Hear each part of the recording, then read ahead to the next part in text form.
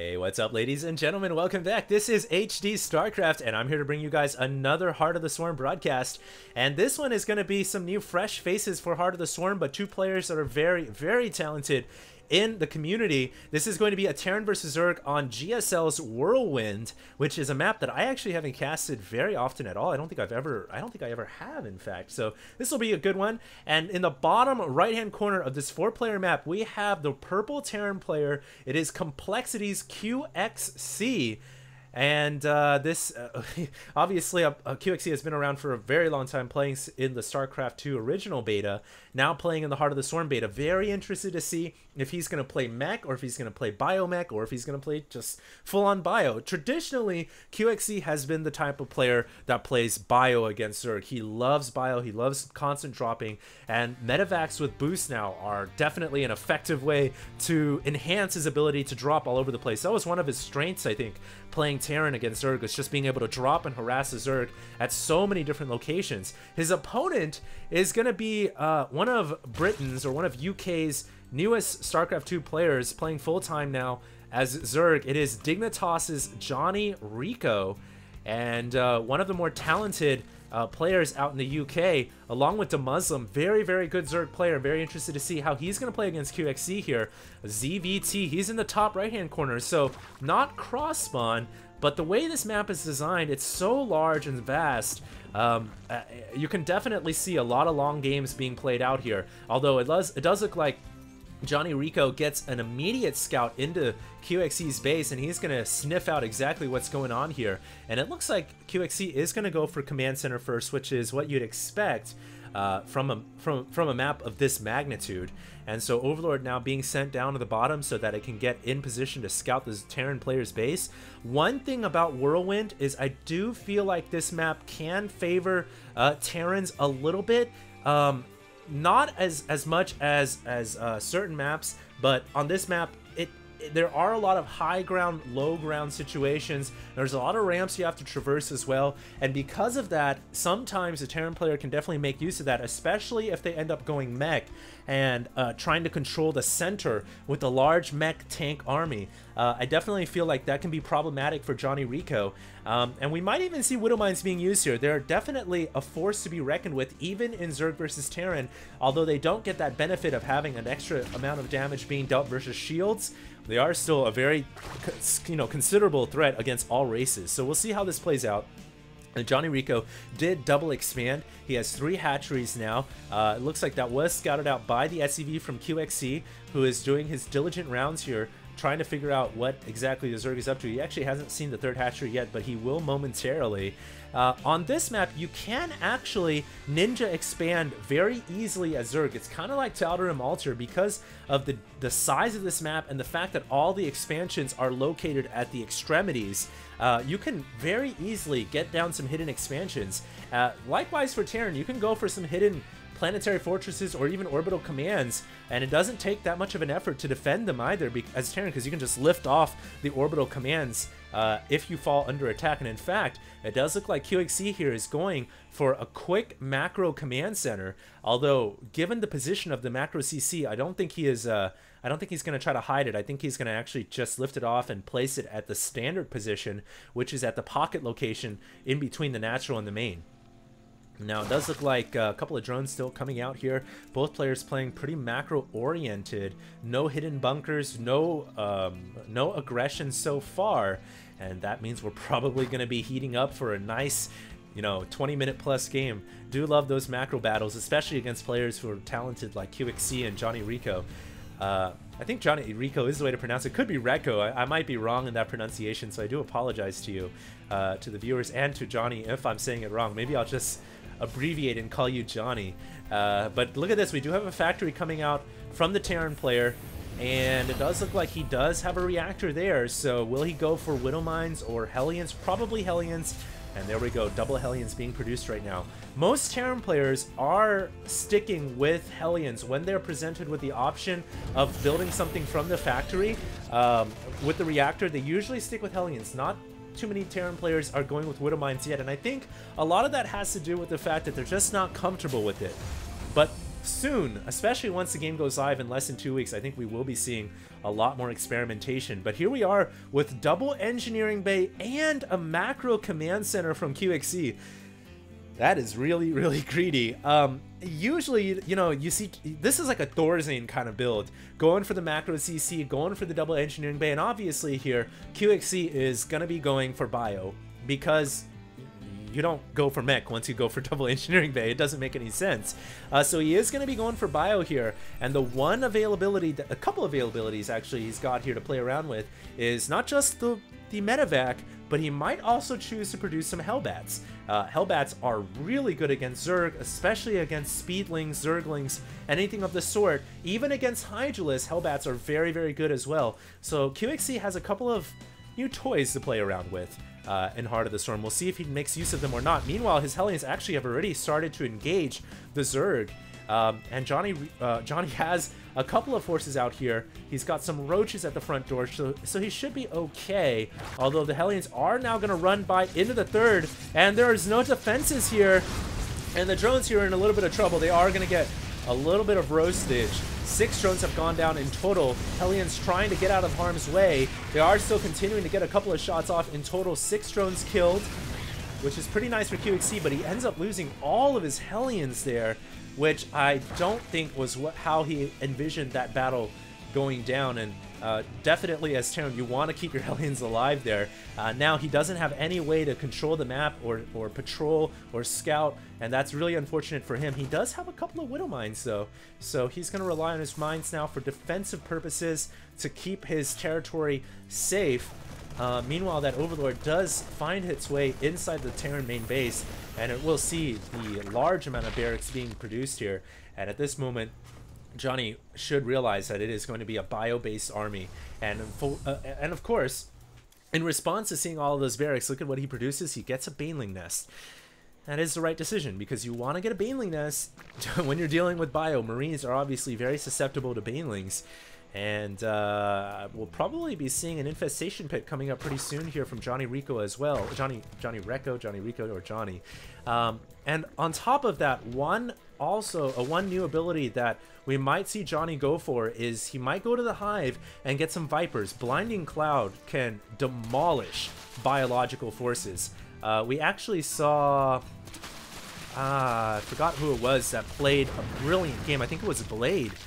Playing an absolute beautiful game of Zerg, where he used the combination of Fungal Growth and Blinding Cloud and Zergling Banelings to completely neuter the Terran biological army. And that is actually one of the reasons why Terrans are a little bit reluctant to play bio these days. That Widow Mine just hit home, killing off a queen and killing off a handful of Zerglings as well. And it looks like Johnny is able to sniff that out with the Overseer. So far, it's been a very casual game, nothing too hyper intensive yet, but you know, all hell can break loose at any moment. Johnny now going up for a fourth hatchery, excuse me, and QXC should think about going for another base pretty soon here.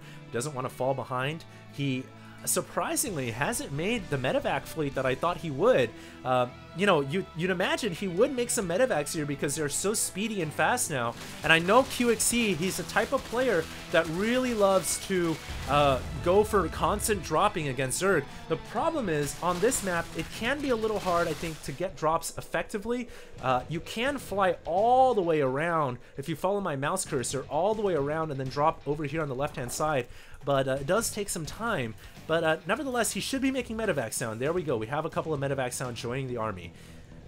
And that's critical, not just for dropping, but also to heal the stemmed up Marines and Marauders as well. Johnny right now adding on more Zerglings, more Roaches. Has Banelings ready to go at any moment too. He can morph in additional Banelings if he needs to. Has a hatchery at the 12 o'clock position. It is a 4-base Zerg versus a 3-base Terran. And here comes QXC. He's realized now the time is now to push. And we're about to find out what happens. Look at the resources lost. It's been very minimal this game, but the first big battle of war is about to occur here. And QXC is moving out. He's transformed his Hellions into Hellbats. He has researched transformation servos. That's going to allow his Hellbats, of course, to be a lot more sturdier than their Hellion counterpart. And QXC here thinking about making a push over to the 12 o'clock. The Zerg is in position for defending. Also have a couple of Mutalisks in the mix as well. That's interesting. And we'll see if the Zerg can hold off this attack here. He is now going to go in. The Hellbats are in a perfect position to roast up the Speedlings, but most of the Speedlings and Banelings coming through the left side, and the Terran army completely ravaged. QXC has to get out of there. Did not even have the time to save any of his troops before boosting them in. A couple of Widow Mines do detonate, but JonnyREcco is now on the offensive. Not sure what QXC can do here. He's fallen back completely into the pocket expansion, and a huge victory right there for the Zerg player. Johnny now still has Mutalisks in the skies, continuing to fly in and about, and is picking off Marauders, picking off Hellbats. And I think this entire Terran army is actually going to die here. There's no Marines to support the biological on the ground. Some new Marines are now coming out, but the entire Terran army has been obliterated. 5,900 resources lost for the Terran player, and only 4,400 lost for the Zerg. Very well played right there by Dignitas's Johnny. And what is Complexity's QXC going to do here?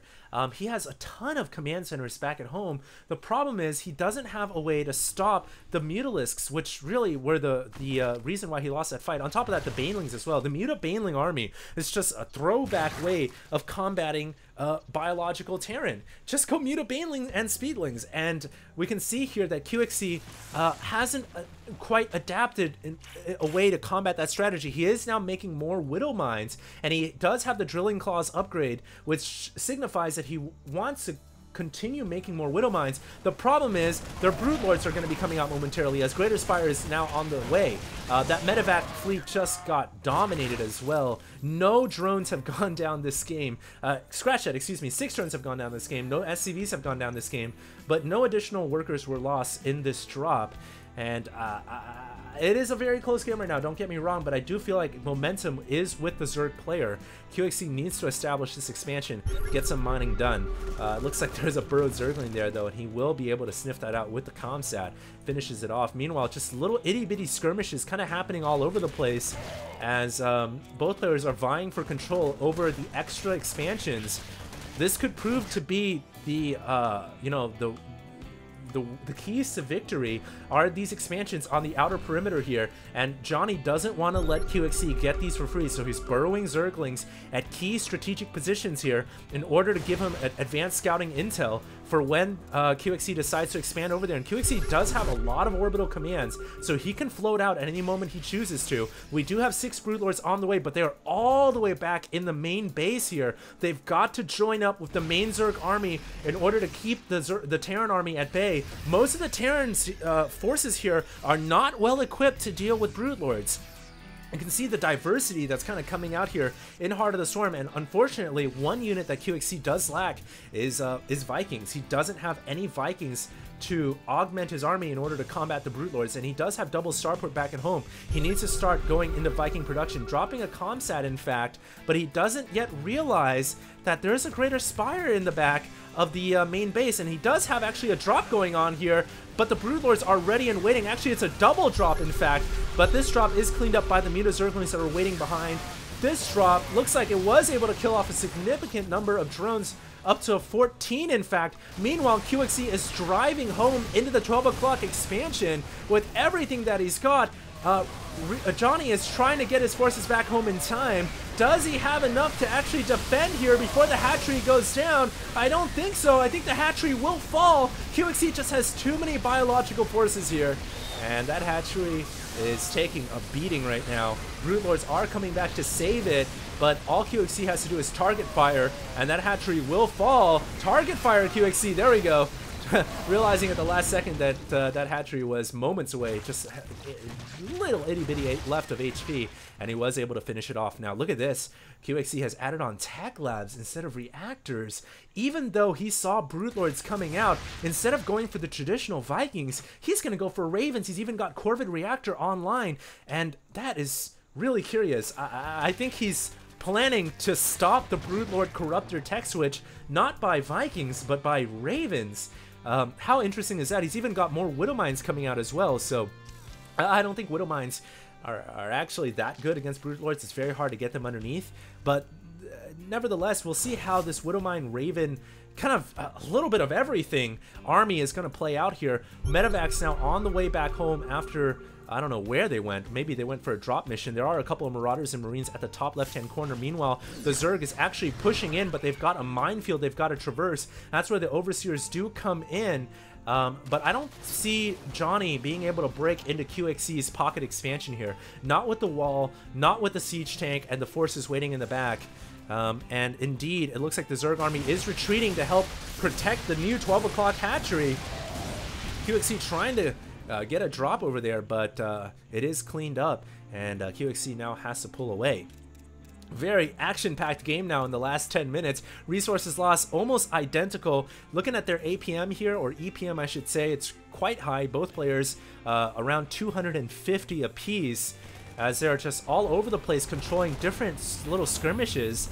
And of course this Zergling squad from Dignitas Johnny just trying to scout and see how many bases he's up against. And in fact right now it is a 4-base Zerg, which isn't as many bases as you would hope to expect from Johnny against a potential 5-base Terran. Johnny, though, does have a very large Broodlord Corruptor army, and now this poses a problem because even though the Zerg, the Terran has a bunch of Ravens, how does he get in range with all these Corruptors? I really think he needs to make more Vikings, and actually he's trying to rely on more Widow Mines, hoping that the Widow Mines will be able to shut down the Corruptors and Broodlords. We'll see how that plays out. Secret missiles are getting launched out, but the Corruptors have pulled out of harm's way. No, they come back in! Oh, Johnny was under the impression that he had pulled out of range of the Ravens, but unfortunately that was not the case, and he takes some damage, but he's still got more than enough forces to stream and bear down onto the Terran army, and all of QXC's forces are in complete ruins here. Johnny has taken control of the skies with his Corruptor Broodlord, and now QXC in full retreat. He's got so much bank. He's got 3,500, 1,500, and it almost seems like he doesn't know what to do with himself. He's trying to make a goggle of units, Widow Mines, Vikings, Marines, and Ravens, but I really feel like if he's going to win this fight, he's got to focus on making Vikings right now. And this is where having, well, actually, he does have a starport with a reactor core, so he should be able to make Vikings 4 at a time.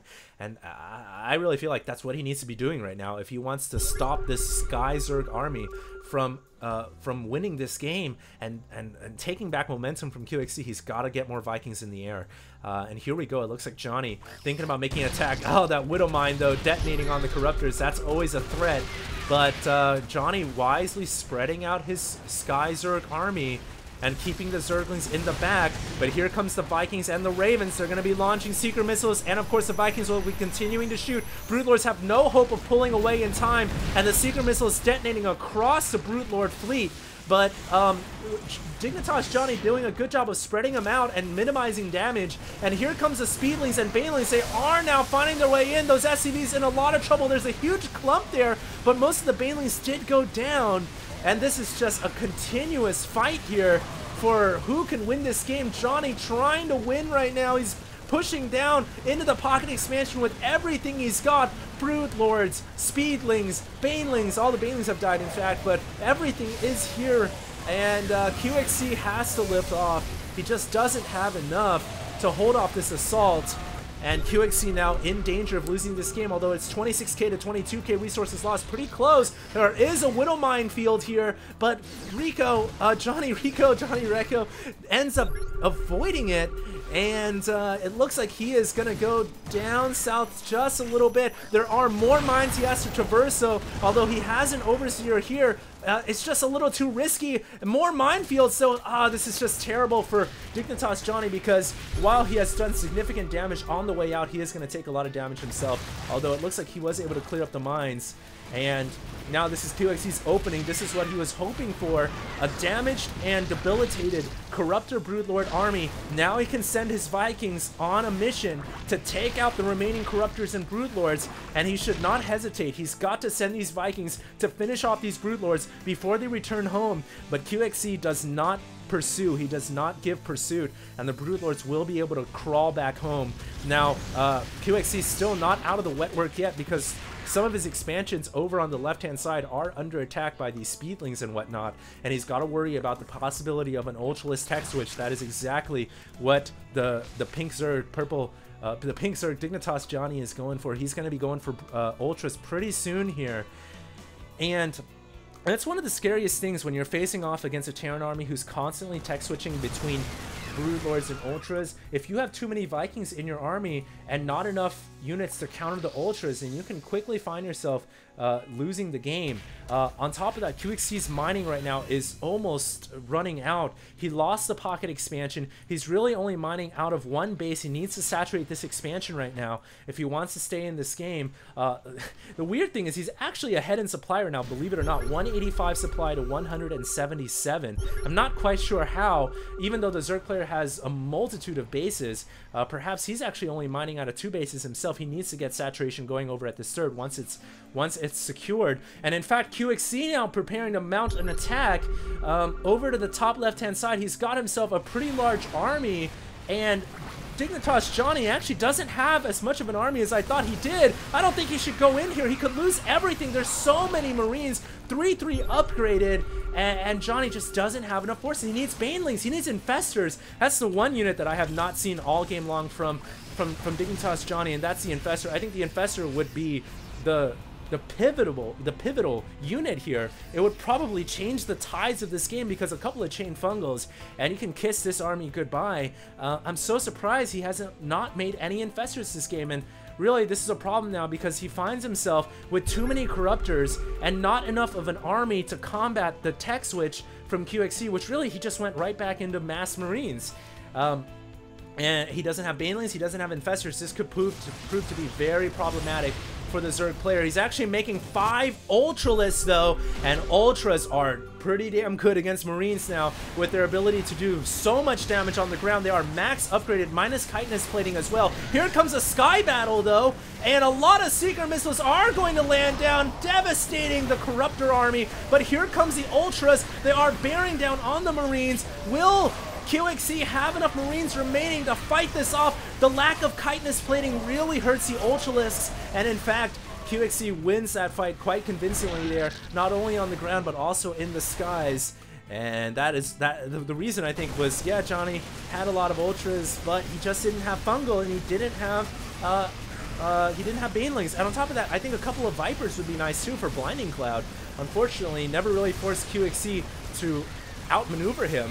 And a couple of easy spreads from QXC, and now he's taken out yet another hatchery. This is QXC's strength in Terran versus Zerg, the ability to constantly harass with Marines and Marauders and drop all over the place. And right now he's making use of the Ignite Afterburners really nicely. In fact, he's going to force a GG from Mr. Johnny. And Complexity's QXC is the victor. I hope you guys enjoyed this cast. That was a really, really nice one. 31-minute long. Look at the resources lost, 40k to 35k, but QXC at the end of the day is your victor. Hope you guys enjoyed. If you did, check me out. I'm at Facebook, YouTube, and Twitter at HD StarCraft. Have more casts coming out for you guys in the near future. Stay tuned, and this is HD signing out.